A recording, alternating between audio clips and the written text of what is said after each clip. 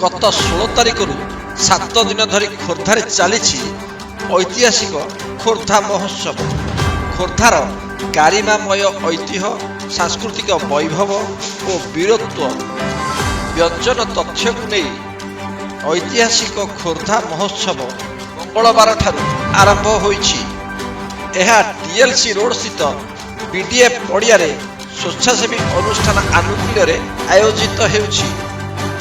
युव उपयोगी अतीतर स्मृति एवं माटीर बलिदान त्याग मन पकाइबा पाई स्नेह, ममता, एकता और भाईचारार भाव सृष्टि करी स्थानीय अंचल विकास पाई यह एक माध्यम बोली आयोजक माने मत दियंतु। प्रतिवर्ष परी तथा सामरिक और प्रतीक पाइक आखड़ा, खबर कला सह छौ नृत्य, मालखंब, ओडिसी, सम्बलपुरी, ढेमसा, गोटीपुर नृत्य दल माने आसी एठारे अंशग्रहण करुछंती। एठारे सरकारी और बेसरकारी होई प्राय 500 प्रदर्शनी मंडप समेत छोट बड़ पिला मनोरंजन पाई रामदोली, मारुति प्ले, स्टार सर्कस सहित उज्जवल आलोकरे पड़ियाटी आलोकित होउथिया बेले सुगम और ट्राफिक नियंत्रण लगी पुलिस पक्षरु व्यापक आयोजन करा जाइछि। किंतु वास्तव में देखिले ऐतिहासिक खोर्धा महोत्सव किछि ऐतिहासिक दृश्य दृष्टिगोचर सही स्थान रे हेउ नथिला। पाखापाखि 70 भाग स्टॉल खाद्य पाई दर्शा जाइछि। लंका चप, आचार, मटर सूप बाजार रे संपूर्ण महोत्सव पड़ियाटी भर्ती हो जाइछि। हरेक मालर पसरा रे भर्ती हो जाइछि।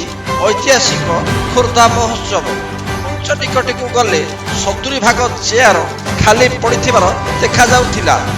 पारंपरिक नृत्य सहित किछि मसला तड़कार नृत्य एठारे परसा जाउथिला।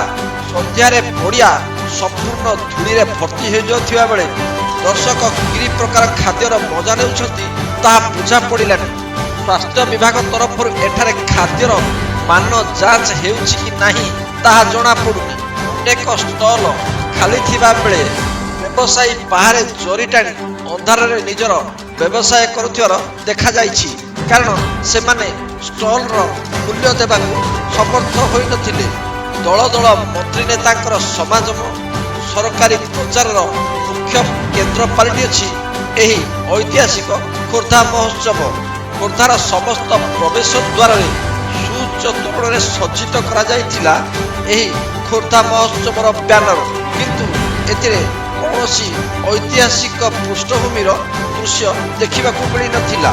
लागुथिला जेमिति एही महोत्सव व्यवसाय को दृष्टि रे रखी करा जाउछि और राजनैतिक प्रसार उद्देश्य रे आयोजक कमिटी व्यवस्था करिछंती।